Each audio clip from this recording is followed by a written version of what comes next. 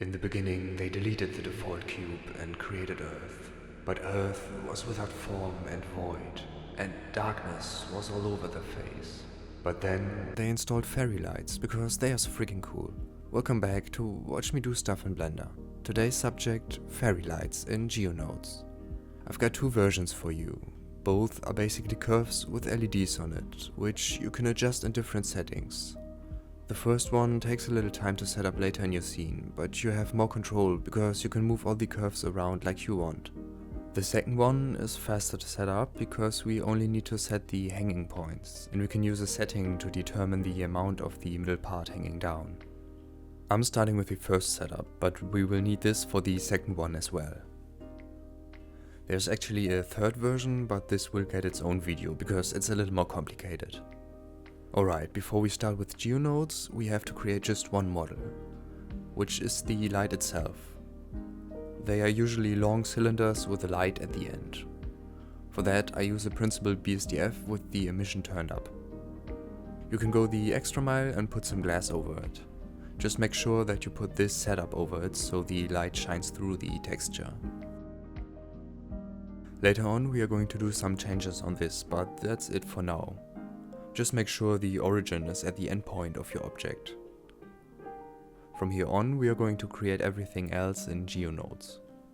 Get yourself a curve and form it into somewhat of a fairy light shape. Go into the GeoNodes tab, select the curve, stomp your heels together 3 times and say Alakazam while you press New GeoNodes. Get a resample curve node. We can't see much yet, so let's put an instance on points node behind that and drag your LED in there as well. Once it's connected, we can see our LEDs hanging. In case yours aren't hanging down, make sure your model is pointing down. Also apply the rotation and scale.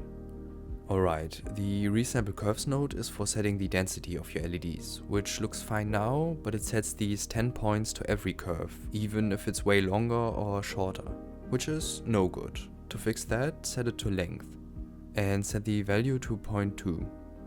Next, get a random value node and set it to vector. Set all minimum to -1 and connect it to the rotation. That's it for the LEDs. To make the cable visible again, get a join geometry node and connect your group input and instance with it. Get a curve to tube node to give it some thickness. Fairy light cables are usually a little bent up. To emulate that, use a set position node and set it right behind the group input, so you can connect the LED and cable with it. Then get a noise texture and connect the color output with the offset. Uncheck normalize to center it and set the scale to 15 for now. To get more detail, let's use another resample curve node, also set to length, and set that to 0.02. In case you're here for It's Almost Christmas, let's get the lights out shot, that's it. For the rest of us, let's adjust the strength with a vector math node, set to multiply and 0.03. Two problems. We want the distortion to start smooth from both endings, as well as the LEDs.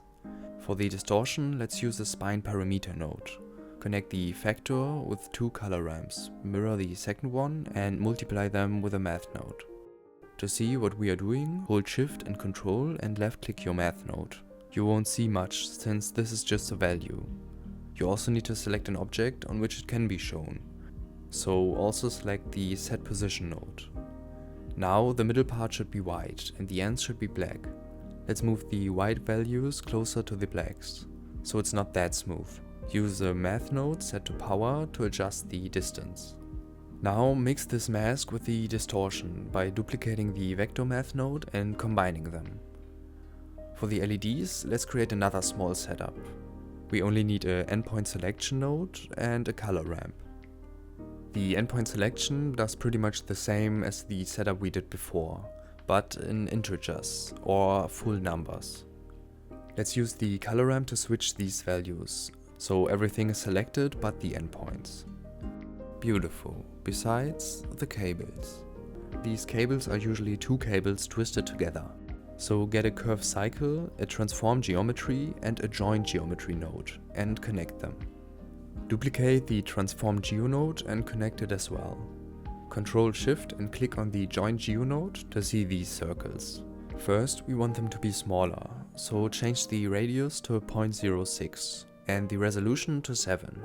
Change the translation on X to 0.05 and for the other one to -0.05. Now let's switch the curves to tube node with a curves to mesh node and set the circles as profile curve. Set the scale to 0.15 for now. To get it twisted, get back to the beginning of the node tree and put a set curve tilt node behind the resample curve node. Now plug the index into the tilt and we are done with this setup. For the second setup, we are going to copy the first one, but this time not on a curve, but on a mesh. Get a plane and delete 2 of the vertices, so there's just one edge. Then in GeoNodes, you have to create a new setup to select another one. Select the setup we did before and press the number next to the name to duplicate it. Let's go to the beginning of the node tree and put in a mesh to a curve node. This already looks better. Now for the gravity look, we need to create another mask for the parts we want to hang down. So one last time, get a spine parameter node and 2 math nodes. Plug the factor into the first one set to multiply by 2 and after that into the second one set to ping pong. This one mirrors the value. To see what we did there, get a set position node and connect the ping pong output with its offset. Great, nothing. Right now the set position node is just fed by 2 vertices, so let's subdivide that by 2. Still pointy, so get a set spline type node and set it to NURBS. Let's move that even more with a float curve node. To fix the rotation, let's use a map range and a align rotation to vector node. Set it to Z and in the map range to max, go to something like -1. This value is the controller for the amount it's hanging down and the float curve is for its shape. And with that we finished the other setup. Finally select a material and reduce the scale to realistic proportions. All there's left to do now is to connect all the important settings into the group input, so we have these handy handles for these nodes. For example, the length of our first resample node. In the group socket you can change the description and other settings. This input represents the resolution of the cable, so I rename it as that. Under that you can set a default value. I changed that to our current value. Under that you can set a minimum and a maximum value. For the minimum value I would set something like 0.01. We could go lower, but if this value gets too low it's very likely to crash. You probably won't go over 1 meter, but you can set the maximum as high as you want. With that, the GeoNode setup is done, but we can do some tweaks on the lighting texture. First, we can set every light to a random color. The easy way would be to use a hue saturation value node. Set to any color and connect the hue to the random value of an object info node. In case you're someone who only likes some colors, you can use a color ramp instead. Set your colors, switch it to constant and distribute evenly. You can also use a noise texture to change the strength. Set the noise texture to 4D and animate the V value to make it move. As usual, I created a blend file that you can download.